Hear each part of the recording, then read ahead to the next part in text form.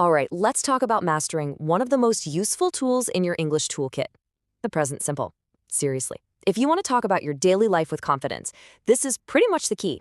And today, we're going to unlock it together. So here's what we're going to do. We'll start with what it even is, then we'll build some sentences, figure out the perfect time to use them, look for some secret signal words, and then we'll put the whole shebang together in a real conversation. You ready? Let's go. Okay, let's dive into this. First up, what exactly is the present simple tense? Basically, the present simple is for things that are just generally true, or stuff that happens all of the time. Think about your daily routines, your habits, good or bad, and, facts that just don't change.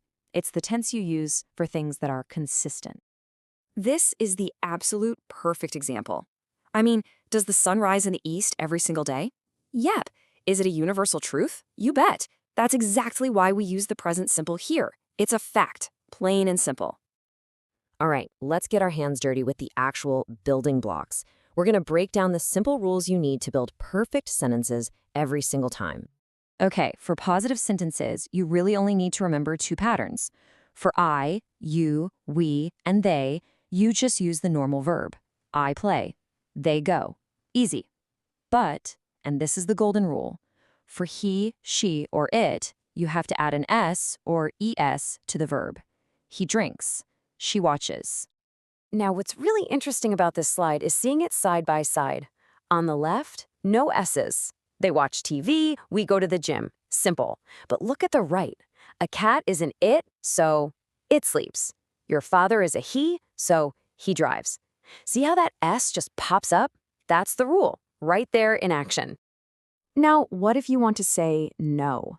Well, to make a sentence negative, we need a couple of little helper words. We use do not, or just don't, for I, you, we, and they.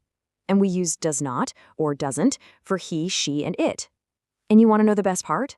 The main verb goes back to normal. No S needed. And for questions, it's even easier. You just take that same helper word and pop it right at the beginning. The rule is exactly the same. Do for you, they, and so on. Does for he, she, and it. Do you speak? Does he work? See? It's a simple pattern.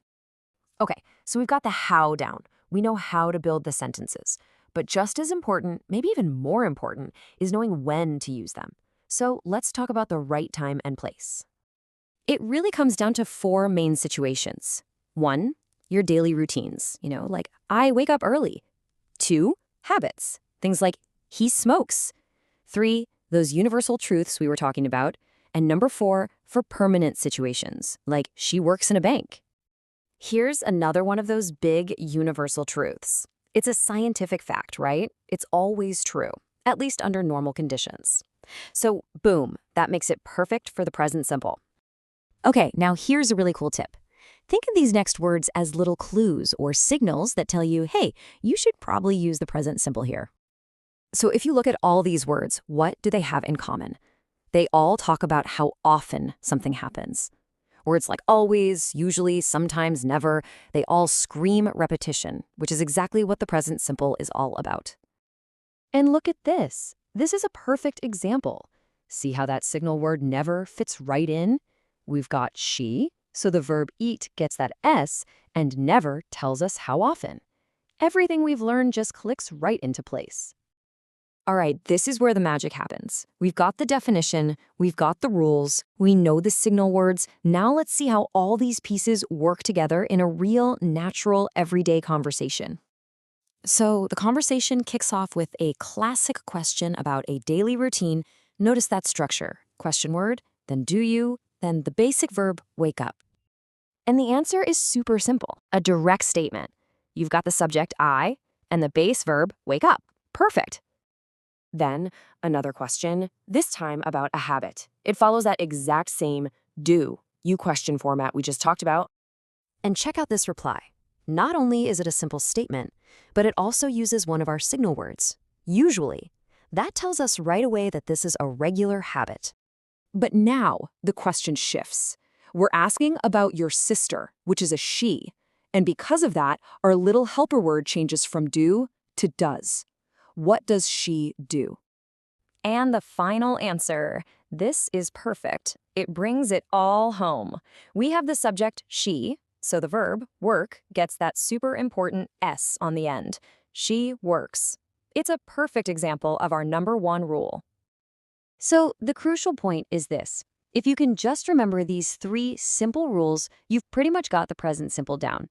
Add that S for he, she, and it. Use don't and doesn't to say no, and start your questions with do or does. That's it. And that's really all there is to it. Now you have the tools. So I'll leave you with a question. Think about your own day. What is one habit you do every day? Go on, try answering it out loud using what you've just learned. Thanks so much for tuning in.